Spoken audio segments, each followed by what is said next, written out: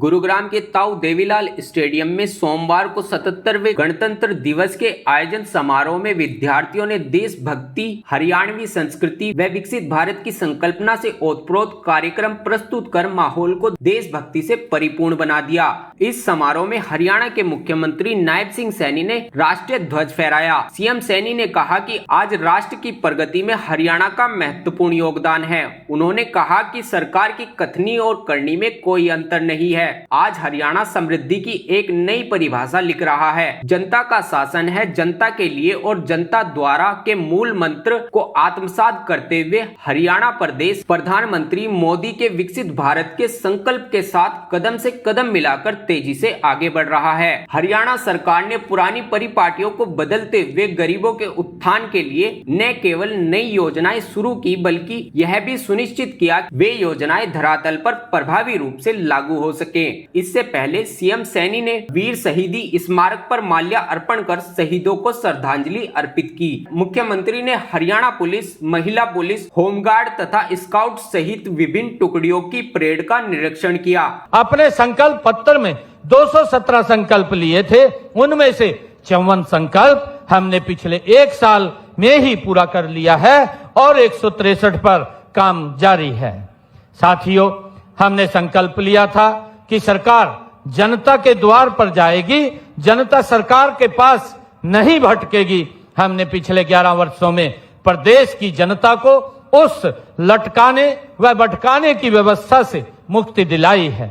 साथियों, लोगों को अपने सरकारी कामों के लिए दूर न जाना पड़े, इसके लिए हमने हांसी को नया जिला बनाया है। इससे पहले भी दादरी को भी जिला बनाया गया था। साथियों, आपको याद होगा वह दौर जब नौकरी के लिए पर्ची और खर्ची चलती थी, जब योग्यता रद्दी की टोकरी में डाल दी जाती थी। लेकिन आज हमारी बिना पर्ची, बिना खर्ची के नौकरी देने की नीति, ऑनलाइन रजिस्ट्री, पारदर्शी ऑनलाइन ट्रांसफर पॉलिसी, पढ़ी लिखी पंचायतें और अंत्योदय अभियान की चर्चा पूरे देश में आज हो रही है। यह नए हरियाणा की ये तस्वीर है। साथियों, हमने ई गवर्नेंस का एक ऐसा नया और अनूठा मॉडल अपनाया है जिसने बिचौलियों की दुकानें बंद कर दी हैं। आज सभी सरकारी योजनाओं और सेवाओं का लाभ घर बैठे ही लोगों तक पहुंच रहा है।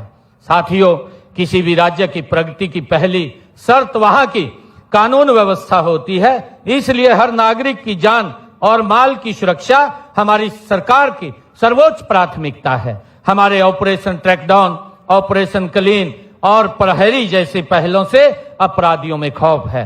साथियों, इसी तरह गत 1 सितंबर से चलाए जा रहे ऑपरेशन हॉटस्पॉट डोमिनेशन में 2200 अपराधी गिरफ्तार किए गए। इन ऑपरेशन से प्रदेश में मादक पदार्थों की तस्करी और अवैध संपत्तियों पर लगाम लगी है। हमने पिछले साल नशा मुक्त हरियाणा अभियान भी चलाया है। इसमें 6000 से अधिक गिरफ्तारियां की हैं और नशा तस्करों की 12 करोड़ रुपए मूल्य की संपत्ति भी हमने जब्त की है। मेरे युवा साथियों, आप इस प्रदेश की रीढ़ हैं। मैंने विधानसभा के दौरान कहा था कि मैं पद ग्रहण करने के साथ ही 24,000 युवाओं को सरकार नौकरी देने के नियुक्ति पत्र सौंपूंगा। इस वचन को निभाते हुए हमने नए मंत्रिमंडल के गठन के साथ ही 17 अक्टूबर 2024 को 24,000 युवाओं को सरकारी नौकरी दी है।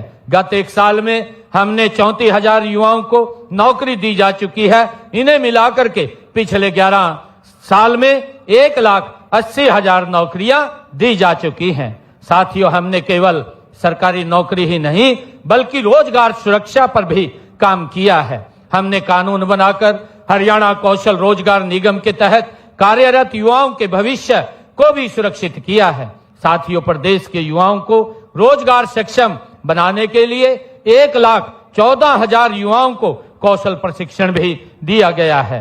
साथियों, डंकी रूट की समस्या को खत्म करने के लिए हमने 26 मार्च 2025 को विधानसभा में बिल पास करवाकर कानून बनाया है। इसका उद्देश्य यात्रा एजेंट के अवैध और धोखाधड़ी पूर्ण लेन देन की जांच कर उन पर अंकुश लगाना है। भाइयों बहनों, हरियाणा की आत्मा हमारे गांव और खेतों में बसती है।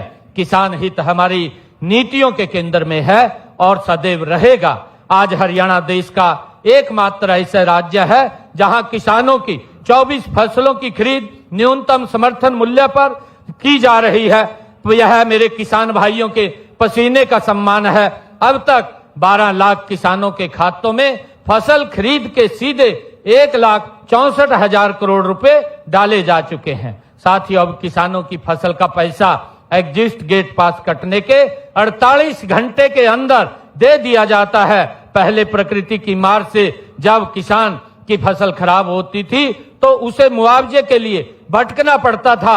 हमने उस दर्द को समझा और समय पर मुआवजे के भुगतान के लिए ई क्षतिपूर्ति पोर्टल बनाया। हमने पिछले 11 सालों में फसल खराबे के मुआवजे के रूप में 15,448 करोड़ रुपए किसान के खाते में पहुंचाने का काम हमने किया है। साथियों, हमने अंग्रेजों के जमाने से चले आ रहे अभियान को भी जड़ से खत्म कर किसानों को बड़ी राहत दी है।